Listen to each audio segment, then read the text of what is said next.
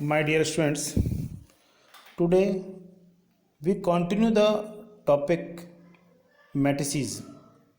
That is the third part of matrices,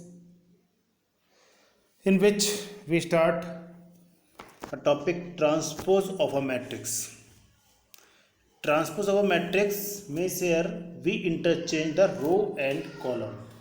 If we interchange the row and column in a matrix, किसी matrix में अगर हम row column को interchange कर रहे हैं, रो को कॉलम में, कॉलम को रो में, जैसे ये एग्जांपल देखें आप, ए दे रखा है जो कि 3/2 मैट्रिक्स है, रो हमें दे रखी है, हमने क्या करा, इन रो को हमने कॉलम के फॉर्म में लिख दिया, देखिए आप, राइट।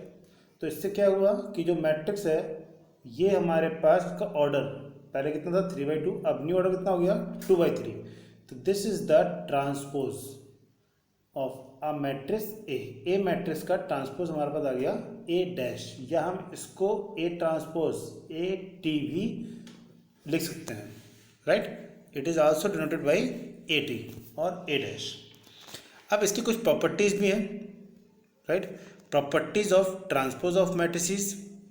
फर्स्ट प्रॉपर्टीज, अगर हम किसी भी मैट्रिक्स का ट्रांसपोज का अगेन ट्रांसपोज निकालें तब वो सेम ओल्ड वाली एज इट इज मैट्रिक्स आती है, यानी कि ए डैश का dash equal to A transpose का again transpose equal to A matrix, right. Next is, अगर हमारे पास ए प्लस बी का ट्रांसपोज है या ए माइनस बी का ट्रांसपोज है तो इसको हम सेम लिखते हैं, it is A transpose plus B transpose, या ए माइनस बी का ट्रांसपोज है तो ए transpose minus B transpose, right. Third property है कि अगर हम ए मैट्रिक्स की के किसी भी कांस्टेंट नंबर से मल्टीप्लाई करने के बाद अगर हम उसको ट्रांसपोज निकालें, और अदर केस में अगर हम ए का ट्रांसपोज की फिर से मल्टीप्लाई कर दें के से, तो दोनों की वैल्यू हमेशा इक्वल आती है, चाहे पहले के से मल्टीप्लाई कर दें चाहे बाद में ट्रांसपोज निकालने के बाद के से मल्टीप्लाई करें, दोनों की वैल्यू सेम होती है। And important, most important property of this matrices is, अगर ए और बी दो मैट्रिक्स की मल्टीप्लाई है और मल्टीप्लाई का हम ट्रांसपोज लेते हैं, राइट, तो उसका ट्रांसपोज हमसे इक्वल होता है बी ट्रांसपोज की स्केलर प्रोडक्ट ए ट्रांसपोज से, ठीक। ये ध्यान रखना हमें, यहाँ पे ए ट्रांसपोज पहले नहीं होगा, यहाँ first is the B transpose की मल्टीप्लाई ए ट्रांसपोज से होगी, ए ट्रांसपोज की मल्टीप्लाई बी ट्रांसपोज से नहीं होगी, ये हमें ध्यान रखना है, राइट। एग्जाम्पल देखते हैं हम लोग, हमें ए मैट्रिक्स दे रखी है, हमें बी मैट्रिक्स दे रखी है, और हमसे कह रहा है जो प्रॉपर्टीज हमने अभी पढ़ी इन सब प्रॉपर्टीज को हमें सॉल्व करो, वेरीफाई करो। तो हम पहली प्रॉपर्टी सॉल्व करते हैं कि ए ट्रांसपोज का ट्रांसपोज क्या ए ही होता है। देखिए आप जरा, हमने क्या करा यहाँ पे, एक हमें ए ये है, ए का हमने क्या निकाला, ट्रांसपोज निकाला, ए है, ए का हमें ट्रांसपोज क्या करा, हमने रो को हमने कॉलम में चेंज कर दिया, ठीक, ट्रांसपोज कर दिया। अब ए ट्रांसपोज का हमने क्या करा, एक बार और ट्रांसपोज किया, हमने फिर से अगेन इस रो को हमने क्या करा, इन कॉलम में चेंज कर दिया, ए ट्रांसपोज। देखो हमने क्या करा, यहाँ पे ये रो दे रखी है, हमने इसको कॉलम में चेंज कर दिया, इस रो को हमने अदर कॉलम में चेंज कर दिया, थर्ड रो को हमने थर्ड कॉलम में चेंज कर दिया। क्या बन के आया, अगेन आप देखें तो हमारे पास ये बिल्कुल सेम बन के आ गई जो हमारे पास स्टार्टिंग में ए मैट्रिक्स थी। इसका मतलब ए ट्रांसपोज का ट्रांसपोज किसके इक्वल होता है, ए मैट्रिक्स के ही इक्वल होता है। पहली प्रॉपर्टी सॉल्व हो गई। दूसरी प्रॉपर्टी ने कहा है कि ए प्लस बी का ट्रांसपोज, तो पहले जरा आप ए प्लस बी निकालो, आपको एडिशन ऑफ मैट्रिक्स पहले पढ़ चुके हैं आप लोग, ए मैट्रिक्स ये है, बी मैट्रिक्स ये, दोनों को ऐड करना है। कैसे ऐड करते हैं हम लोग, फर्स्ट एलिमेंट को ऐड करते हैं फर्स्ट एलिमेंट से, सेकंड एलिमेंट को ऐड करते हैं सेकंड एलिमेंट से, और थर्ड एलिमेंट को ऐड करते हैं थर्ड एलिमेंट से, ठीक। Same for the other row, right. हमने ऐड करा, देखें 3 + 2 √3 - 1 को ऐड कर दिया। ऐड करने के बाद हमने ये आगे ऐड करके ए प्लस बी, अब हम निकालना है ए प्लस बी का ट्रांसपोज, राइट। हम यहाँ पे निकालना है ए प्लस बी ट्रांसपोज। देखो हमने ए प्लस बी ट्रांसपोज निकाला, ये आ गया ए प्लस बी का ट्रांसपोज, यानी हमने इसको रो को हमने क्या करा, कॉलम में चेंज कर दिया, रो को हमने कॉलम में रिवर्स कर दिया, ठीक। अब हम चेक करते हैं कि ए प्लस बी का ट्रांसपोज क्या ए हमसे पूछ क्या रहे हैं, ए प्लस बी का ट्रांसपोज क्या A transpose plus B transpose के इक्वल है, लाइक दिस वन, ये प्रूव करने कह रहा है।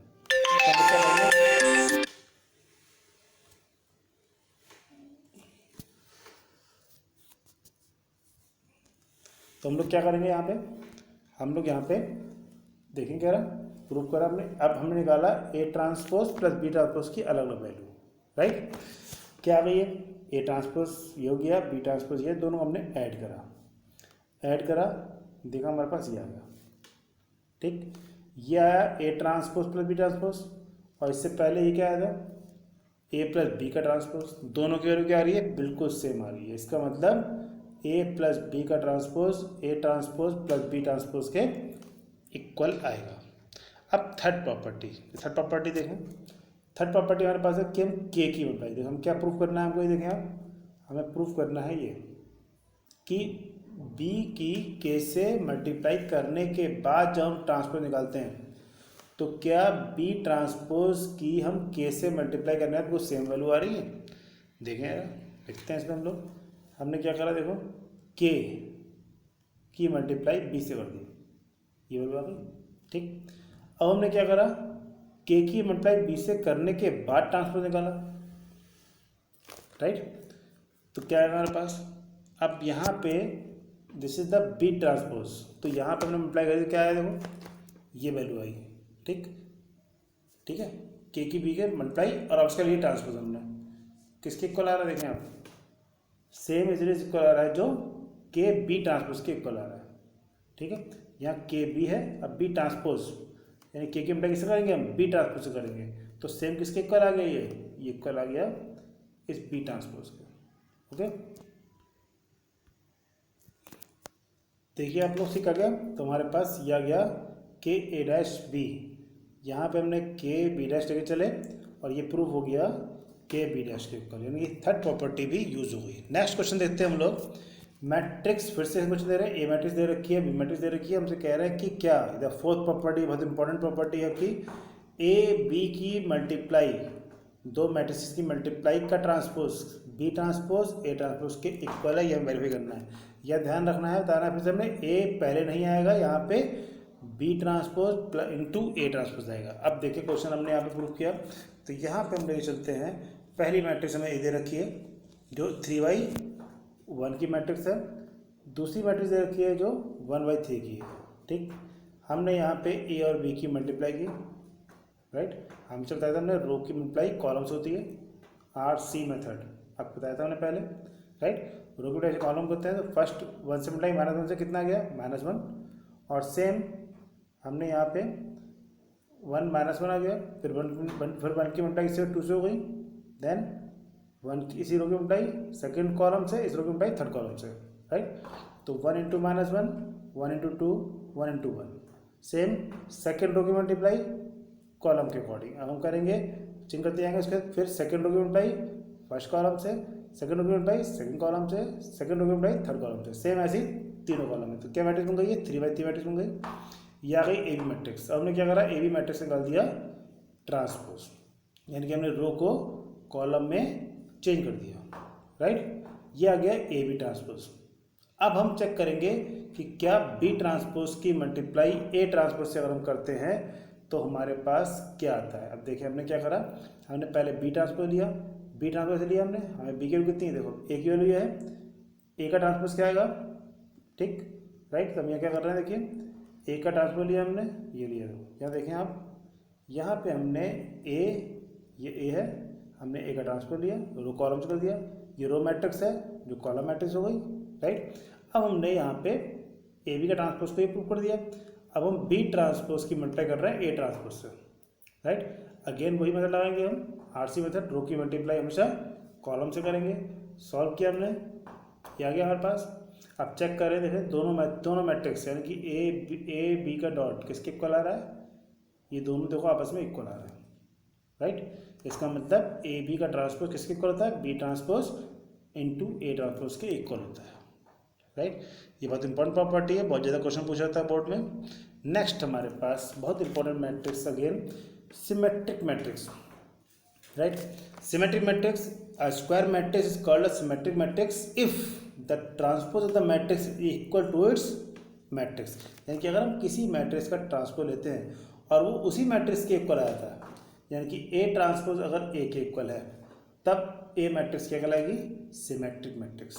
लाइक दिस वन, देखो ए दे रखा है, अगर हम ए का ट्रांसपोज लें देखिए बिल्कुल सेम आ रहा है, कोई चेंजेस नहीं आ रहा उसमें, यानी कि ए ट्रांसपोज ए के ही इक्वल है, इसका मतलब A is a symmetric matrix, right. देखते हैं इसमें एग्जाम्पल, हम लोग इधर रखा है, शो करना है कि ये सिमेट्रिक मैट्रिक्स है। क्या शो करेंगे इसको, सिंपल है, हम ए का ट्रांसपोज निकाल देंगे, राइट। हमने ए ट्रांसपोज निकाल दिया, अगर ए ट्रांसपोज सेम ए के इक्वल आता है तो इसका मतलब ये सिमेट्रिक मैट्रिक्स है, right. Next is again skew symmetric matrix.